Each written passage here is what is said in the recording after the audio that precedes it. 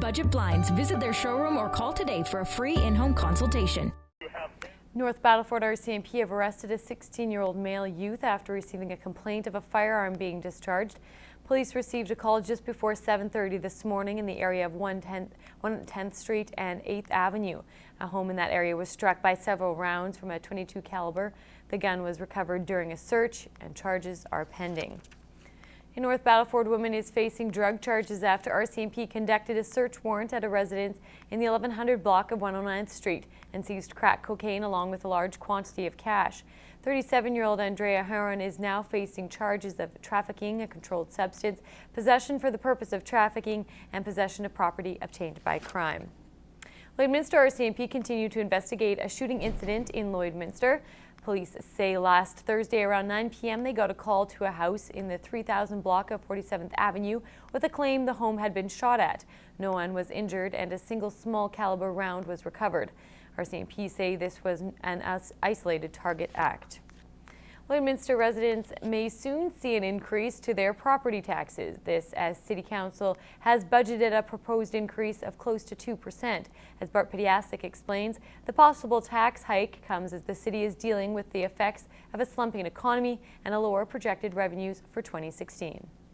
What we witnessed today is a very genuine concern from both our administration, all our directors and management and City Council itself. Is understanding that there is, an economy that is affecting everyone. Like many dining room tables across the prairies, talks of the slumping economy dominated the discussion at City Hall today. Mayor Saunders and his council had to make some big decisions, as city administration are predicting $11.5 million less in projected revenue compared to 2015. That's led to cuts, including freezing pay for non-union workers and looking for revenue anywhere they can.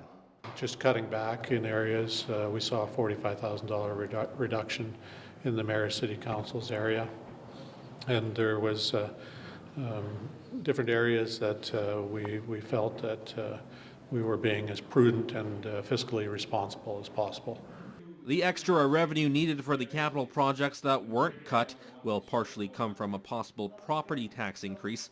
City staff are projecting a hike of 1.8%.